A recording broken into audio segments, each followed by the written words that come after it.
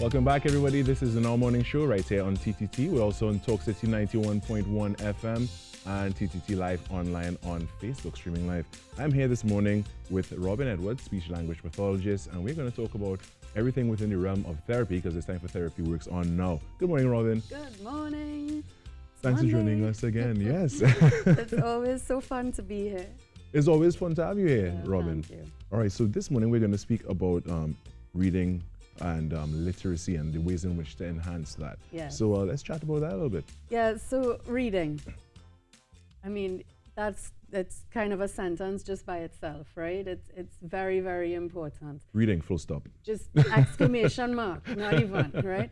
I have a quote here. Albert Einstein once said, if you want your child to be intelligent, read them fairy tales. If you want them to be more intelligent, read them more fairy tales. I don't think fairy tales is really the crux of that statement. I think it's read to your kids. That's really what's meaningful about it. There's so many studies that have been done talking about reading. And in actual fact, there have been studies that state just having the written material in the house, whether it's magazines, newspapers, cookbooks, it doesn't matter. Just having written material around children, whether or not you read it to them, will help build and develop their literacy skills, their vocabulary, so many aspects of their education. So access to literature. Yes, access to literature, exactly. And it doesn't matter what it is. It doesn't matter what the literature is, right?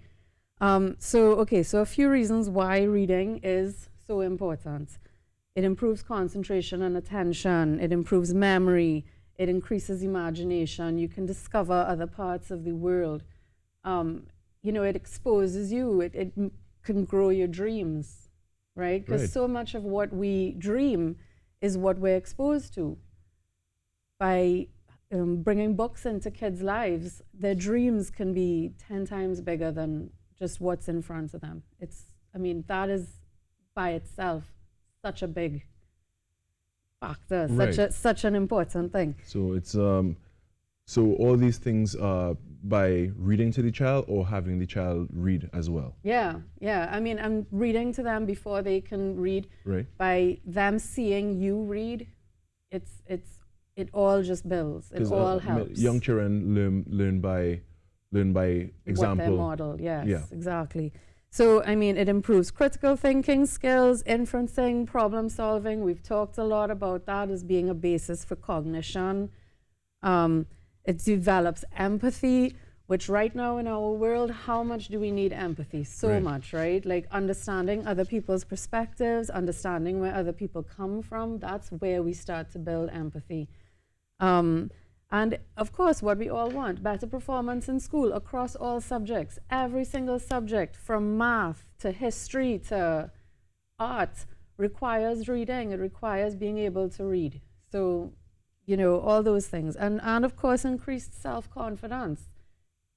Yeah, you that's feel right. better if you can read. If you feel competent in this area, you feel better about yourself. Feel better about yourself because inversely, if you are in a room of people around your age group, especially in school, because let's face it, kids can be mean. Yeah. You know, kids, because they are completely honest and they are unfiltered many times. Totally. So if you're in a room with kids who all have the ability to read, and then you're that one that is not too strong at it, you would be very self-conscious. Yeah, and as I say, it's across all subjects.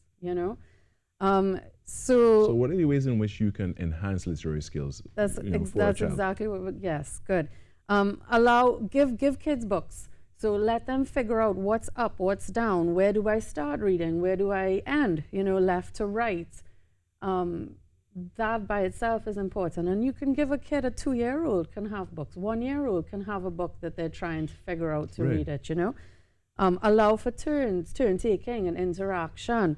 Use familiar stories. Use stories that kids know what the ending is going to be. They can predict it. Right. Familiar pictures, so that even if they don't understand the words, they can kind of maybe feel like they're starting to read the story because they know what's happening in it. Now, you said earlier, give them the book and let them kind of figure it out. How much of that should be allowed, by autonomy and versus actually teaching them?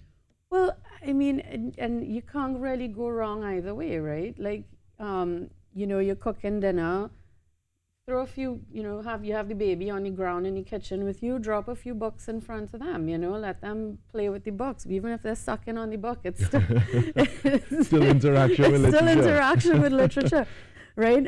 Story but tastes also, good. exactly, yeah, you don't know.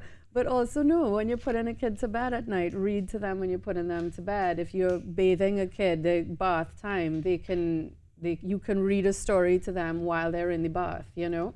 Lots of opportunities. So, yeah. And of course, you get to bond with the child a little more. Yeah. You know, once you spend time reading with them and to them. Definitely, exactly. It's a great way to bond. And I just want, before we end, I don't know how much time we have left, but before we end, I want to just give a shout out to 3 very important organizations in Trinidad that are working to enhance literacy. The first is ALTA, the Adult Literacy Tutors Association. This was started in 1992, and their slogan is empowering adults through literacy. So if you'd like to be a volunteer, or if you'd like to just build your own literacy skills, ALTA is a good place to start. Another one, Let's Read. This was a nonprofit that was started in 2010. Its mission is to promote early literacy in Trinidad and Tobago by encouraging the love for reading through increased access to high-quality books and to develop functioning libraries in primary schools. They have a Facebook page. They're doing excellent work. They've outfitted a number of schools already. And then lastly, the Dyslexia Association. You can reach them at dyslexiatt.org. They were started in 1990, and they aim to support people with dyslexia through educating the wider community about this difference and training teachers and methods to teach children with dyslexia. So I just wanted to give a shout out to those 3 organizations that are doing excellent work. Right, and you know, the last topic there, dyslexia, that's a whole other topic that we can go into at a subsequent in a subsequent segment. Yeah. It's big topics. Yes, for sure. But I want to thank you so much, Robin Edwards, speech language pathologist, Therapy Works. This has been Therapy Works Now, and we have been chatting about enhancing literacy, especially when it comes to children.